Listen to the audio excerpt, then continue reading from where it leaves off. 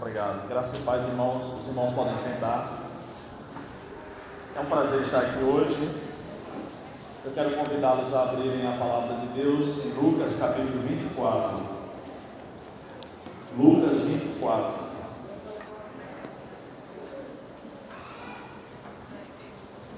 Eu sei que já está um pouco avançada a hora, então eu não me demorarei, tá bom? Podem ficar tranquilos quanto a isso.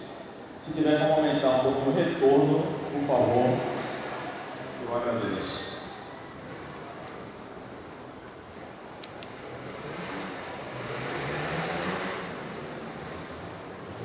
Nós vamos ler Lucas capítulo 24, versículo 13 ao 35. Diz assim: Nesse mesmo dia, 2 deles seguiam para um povoado chamado Emaús, distante de Jerusalém 60 estádios.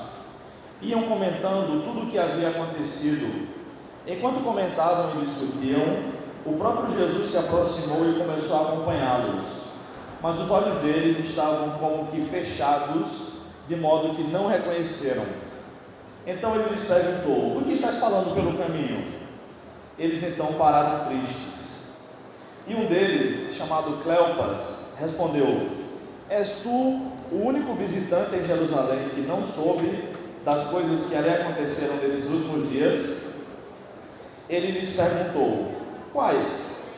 E eles responderam: "As que diziam respeito a Jesus, o Nazareno, que foi profeta, poderoso em obras e palavras diante de Deus e do povo, e de todo o povo, como os principais sacerdotes e as nossas autoridades o entregaram para ser condenado à morte e o crucificaram.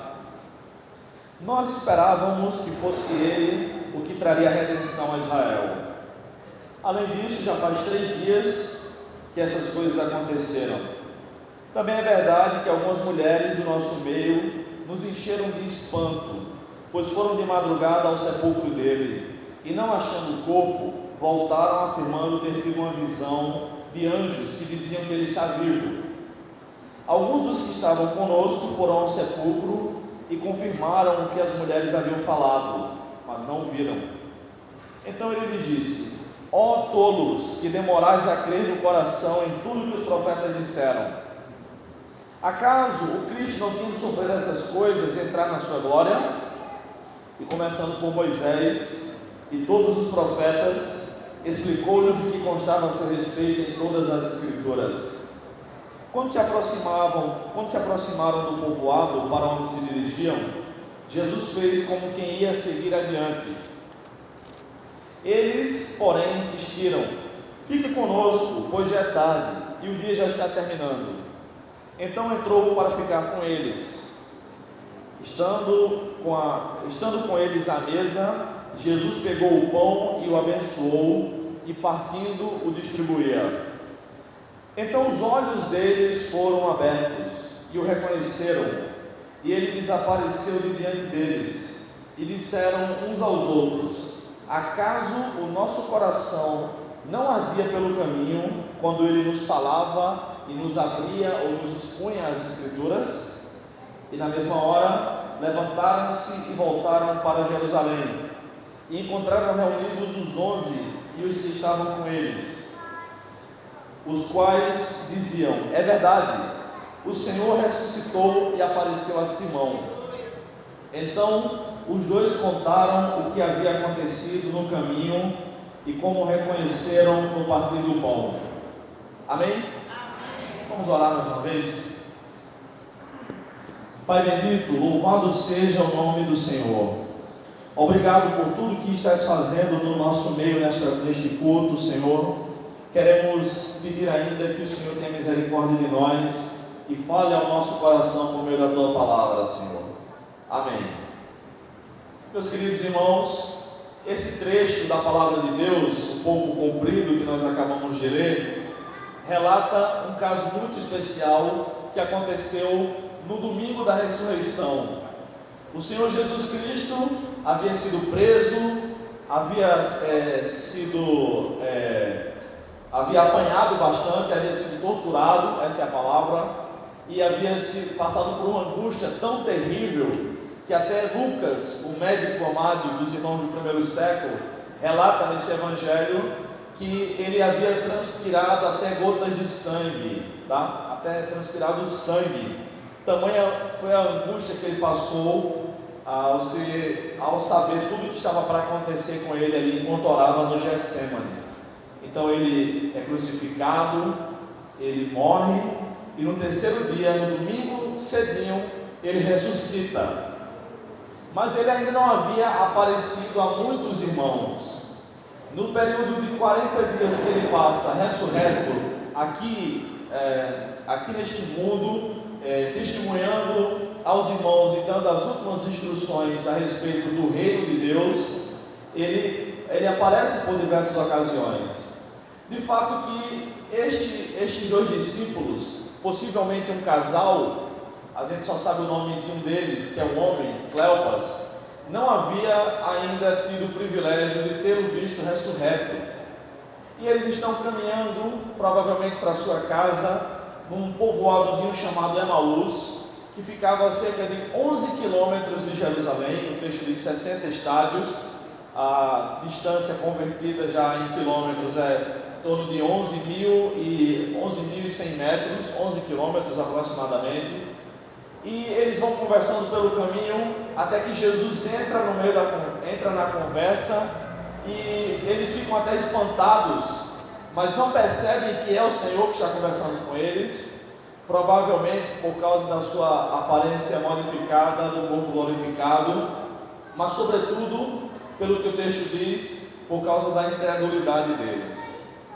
Então eu quero chamar a atenção dos irmãos, nesta manhã, para o tema Jesus está mais próximo ou mais perto do que você imagina. E nós vemos algumas evidências disso nessa passagem. Em primeiro lugar, nós vemos no versículo 15, deixe sua Bíblia aberta para acompanhar, que o texto diz assim, no versículo 15: enquanto comentavam e discutiam, o próprio Jesus se aproximou e começou a acompanhá-los. E é assim que acontece. Jesus se aproxima deles, começa a acompanhá-los, literalmente falando, mas também muitas vezes o Senhor Jesus se aproxima de nós e começa a nos acompanhar, começa a nos assistir, como o próprio pastor Davidson, lendo o texto de Mateus capítulo 28, disse há pouco, que o Senhor prometeu que estaria conosco todos os dias até a consumação dos séculos. Mas para que isso aconteça, é necessário também que estejamos fazendo a sua obra. Jesus acompanha os discípulos porque eles estão caminhando.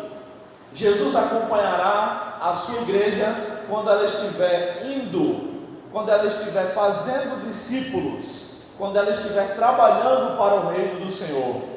Jesus não pode acompanhar alguém, alguém não pode acompanhar outra pessoa se ela estiver parada. A ideia do acompanhar pressupõe movimento, para que estejamos abençoados pela presença do Senhor na obra dele. É necessário que estejamos, obviamente, fazendo a obra dele, testemunhando de Jesus. E aí acontece, aí a obra de Deus acontece. No Evangelho de Mateus, capítulo 13, o Senhor Jesus contou ali 7 parábolas sobre o reino dos céus. Em uma delas ele diz que o reino dos céus é semelhante ao fermento. E é a única vez que toda a Bíblia é comparada, que em toda a Bíblia o fermento é comparado com algo bom. O fermento na Bíblia é comparado à doutrina dos fariseus, o fermento na Bíblia é comparado às heresias, mas o fermento nessa parábola do reino é comparado ao reino dos céus, que uma mulher usa o fermento na comida e a comida cresce, a gente não sabe explicar como. Isto é, a gente não sabe explicar quimicamente como o fermento faz a massa se avolumar. E assim, a gente não sabe explicar como acontece a pregação e a conversão. Mas a gente sabe que se nós pregarmos o Evangelho, conversões acontecerão, porque Deus é quem faz a obra. Isso é em qualquer lugar do mundo, em qualquer época e sob quaisquer circunstâncias. seja aqui, ou seja em João Pessoa, ou na China, seja quando é permitido ou não pregar o Evangelho, seja o Evangelho pregado por um homem, por uma mulher, por um pastor, por um seminarista, ou pelo mais novo convertido, ou por aquele que acabou de ser batizado. Se o Evangelho é pregado, Jesus abençoa e o Espírito Santo faz a obra.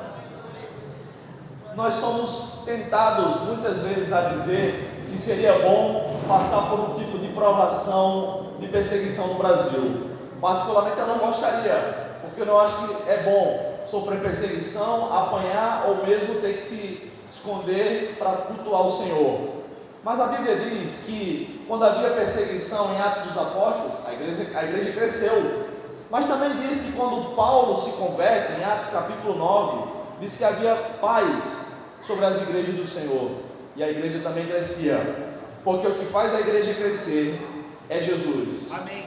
E quem purifica a igreja não é perseguição, é o sangue de Jesus. Em segundo lugar, nós percebemos aqui no versículo 16, que os discípulos não perceberam que é Jesus que está com eles. O verso 16 diz assim: mas os olhos deles estavam como que fechados, de modo que não reconheceram. É claro que esse fechamento dos olhos aqui não é literal, eles não estavam assim, né? Como quem caminha com uma bengala, enfim. Eram os olhos espiritualmente falando que estavam fechados. O coração deles estava fechado por causa da incredulidade. E quando Jesus se aproxima da gente e a gente está duvidando da real companhia do Senhor, a gente não consegue perceber realmente que os nossos olhos estão fechados.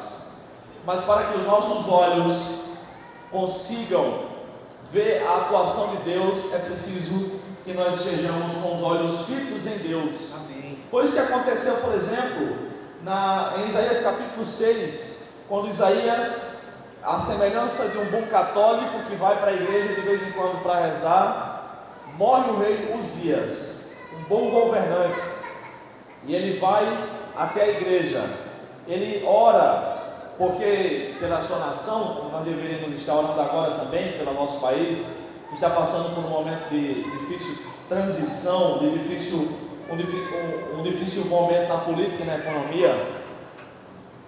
Então, Isaías vê a Deus.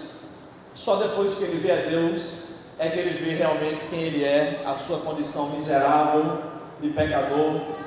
E somente depois que ele enxerga Deus e a santidade de Deus, é que ele enxerga a situação real do seu povo, que também é uma situação de pecaminosidade, e somente assim é que ele consegue então enxergar a necessidade de proclamar a palavra de Deus àqueles que estão ao seu redor. Estes discípulos não tiveram essa experiência como a de Isaías. Eles não conseguiram perceber que aquele homem que estava lá ao seu lado era o próprio Jesus. E nós estamos percebendo que é Jesus quem está conosco todos os dias? Ou nós pensamos que são as pessoas que estão apenas nos ajudando? Ou nós pensamos que as pessoas que nos repreendem são apenas pessoas que gostariam de chamar a nossa atenção? Mas às vezes é Jesus chamando a nossa atenção. Em terceiro lugar, no versículo 18, nós percebemos o seguinte: nós percebemos que a incredulidade leva à falta de respeito, à falta de compreensão para com Jesus. Versículo 18 diz assim: e um deles, chamado Cleopas, respondeu: és tu o único visitante em Jerusalém que não soube das coisas que ali aconteceram nesses últimos dias? Por não perceberem que era Jesus que estava com eles, eles até falam meio que desaforados com Jesus. Eles até pensam que Jesus não sabe das coisas. Irmãos, precisamos ter fé em Jesus. E quando nós temos fé, observando Jesus, nós sabemos que Ele está do nosso lado, e a gente sabe que Ele é todo-poderoso, a gente sabe que Ele é onisciente, e a gente jamais vai pensar que ele é um desinformado. Às vezes a gente não diz exatamente como esses discípulos disseram aqui, como Cleopas disse para Jesus, mas às vezes a gente pensa no nosso coração que Jesus não sabe bem o que está acontecendo. Quando a gente passa por um momento de dificuldade e a gente diz assim: Jesus, tu não estás vendo isso não? O Senhor não está vendo não o sofrimento que eu estou passando? Muitas vezes esse tipo de pergunta, meio que retórica para com o Senhor, revela a incredulidade do nosso coração. Precisamos ter plena consciência de que Jesus sabe tudo que acontece conosco, que Ele sabe inclusive o que acontece no nosso coração melhor do que nós mesmos. Foi isso que o autor da carta aos Hebreus disse, que ele foi tentado em todas as coisas, e que porque ele sabe exatamente como todas as coisas acontecem, ele pode nos socorrer. Ele pode te socorrer. Ele pode responder a nossa oração. Ele sabe o que a gente passa. Ele não é um desinformado. Ele não é como os ídolos de madeira ou de gesso, que a gente tem que fazer uma prece, ou uma promessa, ou pedir ao santo certo para realizar tal coisa. Se o problema é na vista, tem que pedir a determinada santa. Se é de as causas impossíveis, tem que pedir a outro santo. Se é para arrumar um casamento, tem que pedir a outro santo. Quanta incompetência, não? Jesus não. Ele sabe de tudo. Aleluia. Ele conhece tudo. Antes mesmo que houvesse palavra na nossa boca, diz o salmista no Salmo 139, tu já conheces todas, Senhor, porque Ele é onipotente, Ele é onipresente, Ele também é onisciente.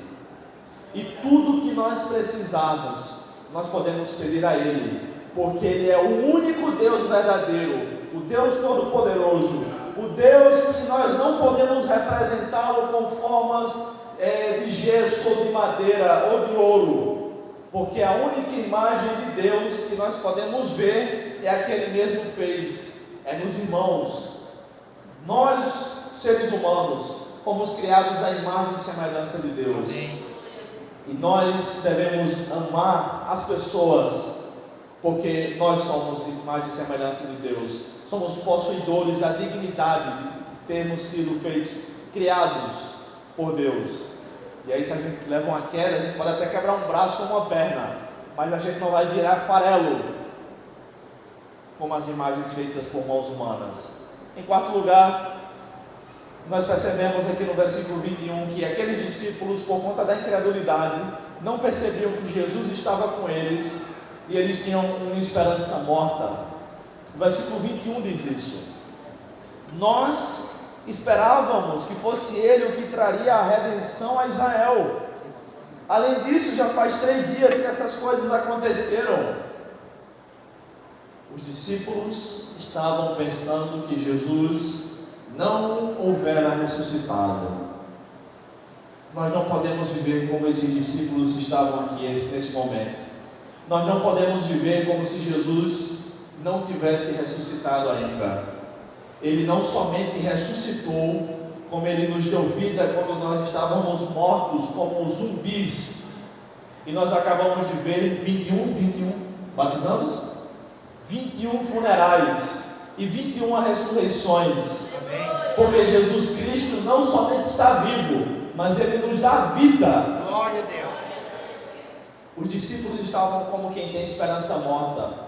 Se por acaso houver alguém aqui no nosso meio que não tem esperança de vida eterna, que pode até estar como o irmão testemunhou há pouco, que ele estava bem em casa, bem com a esposa, com a filha, a mãe dele estava com saúde, ele estava bem nos negócios, mas faltava algo, e este algo que faltava era o principal, porque um dia a nossa família passará, um dia os nossos filhos passarão, um dia os nossos pais serão sepultados, um dia o dinheiro se acabará e até nós mesmos, nós um dia passaremos, mas aquele que vive pelos séculos dos séculos estará vivo pelos séculos dos séculos. E nós, onde estaremos? Viveremos aonde eternamente? A nossa esperança não pode ser como se Jesus não tivesse ressuscitado. A nossa esperança dela está no Senhor que vive eternamente. e Ele tem promessa de vida eterna para nós. Em quinto lugar, os discípulos estavam incrédulos ainda em relação a todos os tipos de testemunhos que foram dados. Nos versículos 22 e 23 nós vemos isso. Ele diz o seguinte: eles já tinham dito que era o terceiro dia, e no versículo 22 eles dizem: também é verdade que algumas mulheres do nosso meio nos encheram de espanto, pois foram de madrugada ao sepulcro dele, e não achando o corpo, voltaram afirmando ter tido uma visão de anjos que diziam que ele está vivo. O verso 24 ainda diz assim: alguns dos que estavam conosco foram ao sepulcro e confirmaram o que as mulheres haviam falado, mas não ouviram. Então estes discípulos estavam com o coração tão endurecidos que eles rejeitaram o testemunho das mulheres. Mas é interessante observar que naquela época, no primeiro século, o testemunho das mulheres não era muito valorizado. Mas além de, só Jesus é quem resgata o testemunho das mulheres, tá?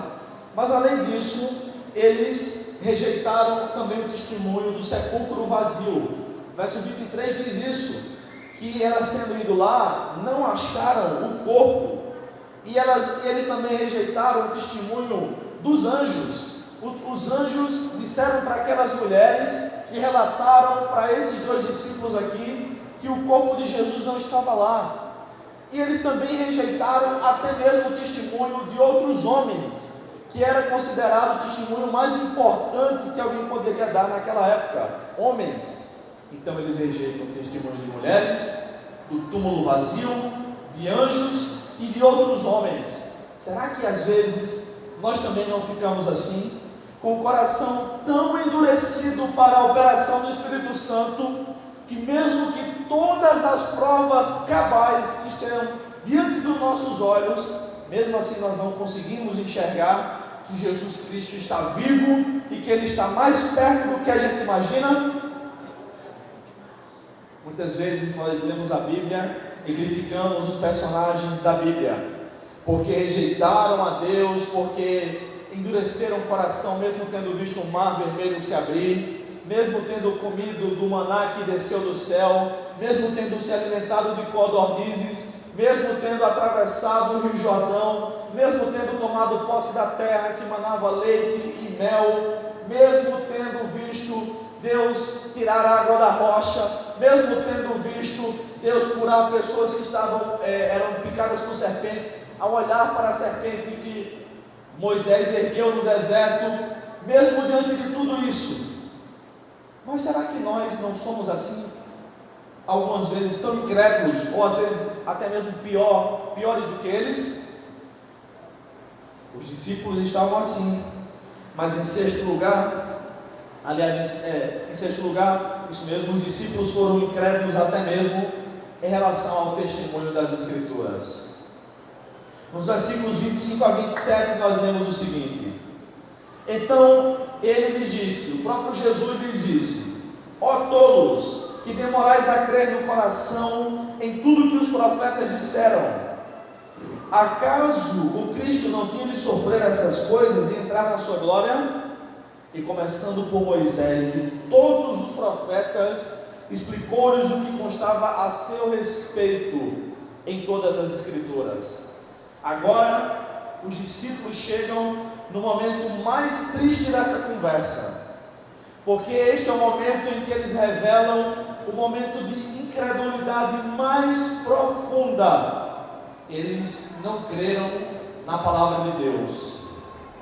Quando nós não cremos na palavra de Deus, toda a incredulidade do nosso coração é revelada.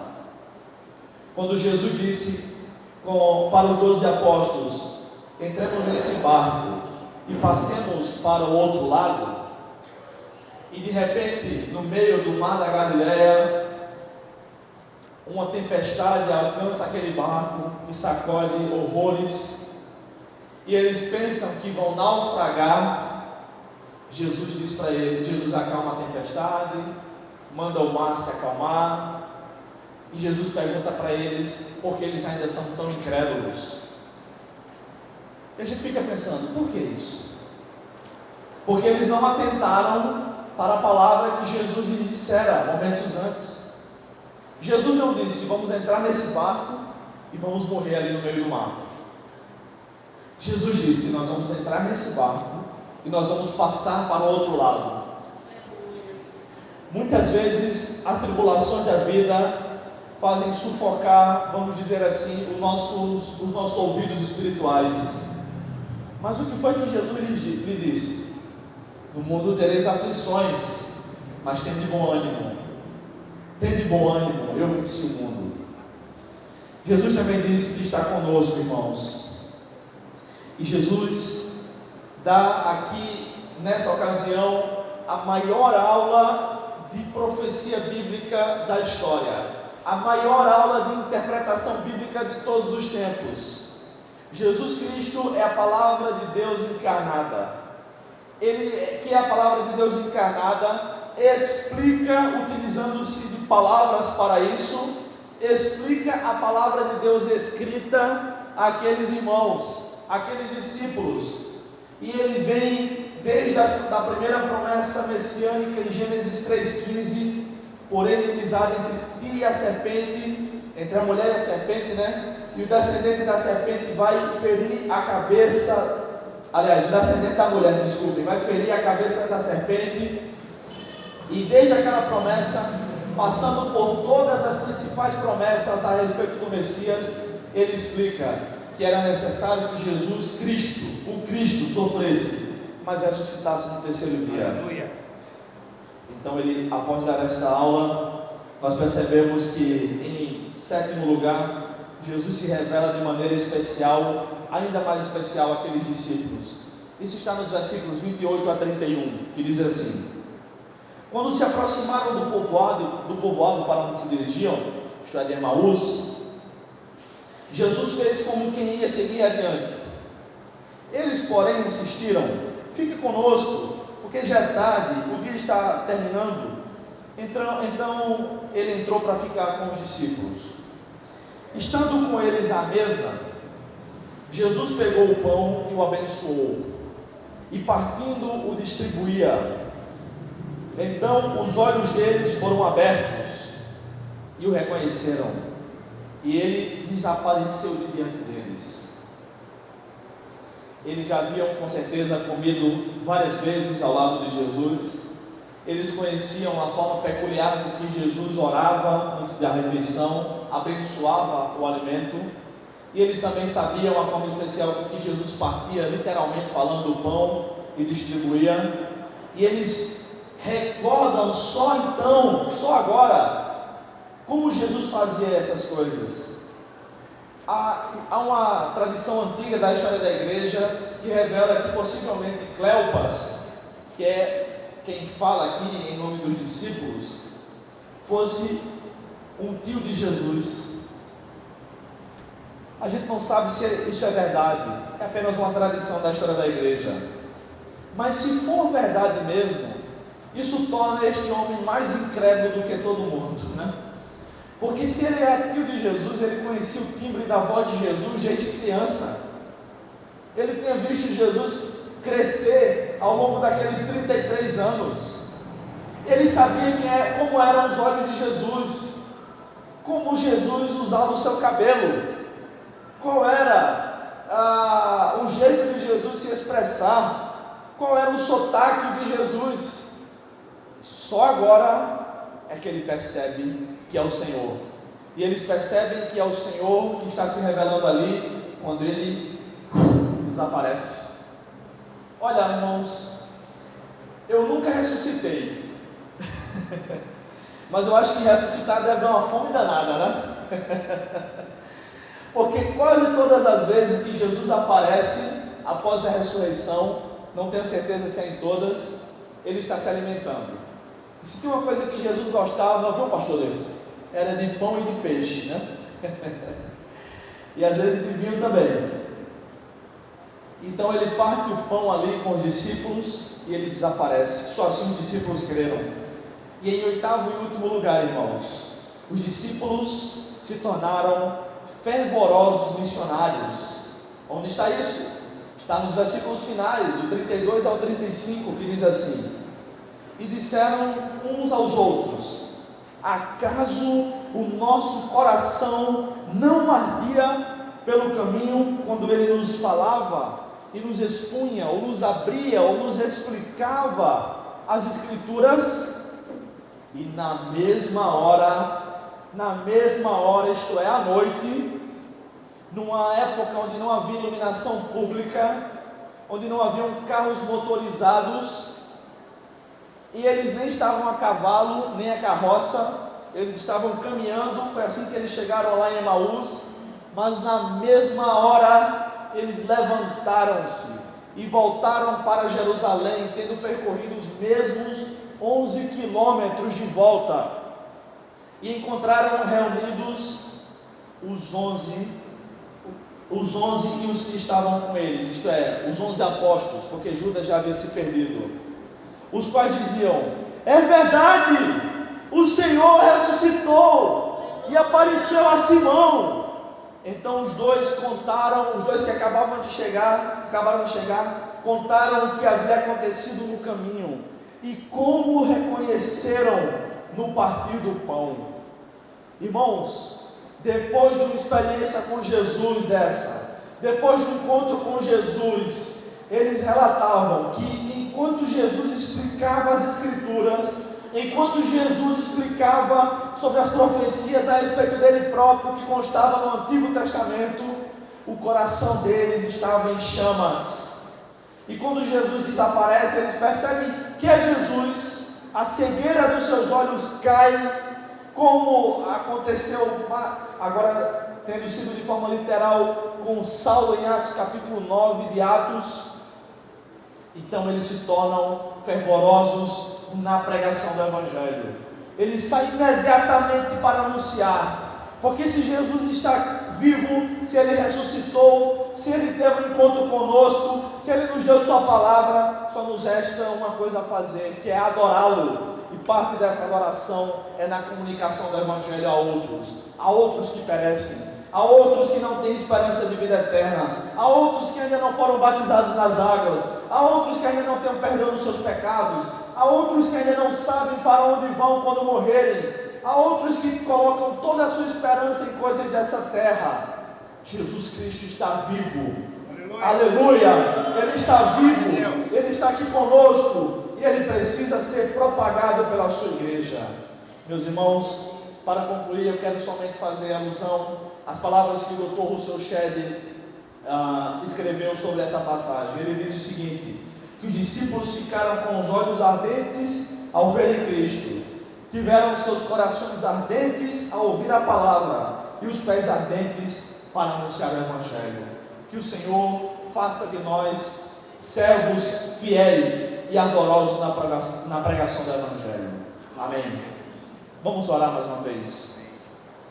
Senhor, obrigado pela Tua palavra, obrigado por Jesus Cristo haver ressuscitado para a nossa justificação, Senhor. Eu te agradeço por este culto na Tua presença, por estes novos membros do corpo de Cristo, Senhor, desta igreja. Ó Deus, nos ajuda a anunciar o Evangelho até que o Senhor venha. Aleluia, louvado seja o Teu nome, Senhor. Amém. Obrigado, irmãos, que Deus nos abençoe.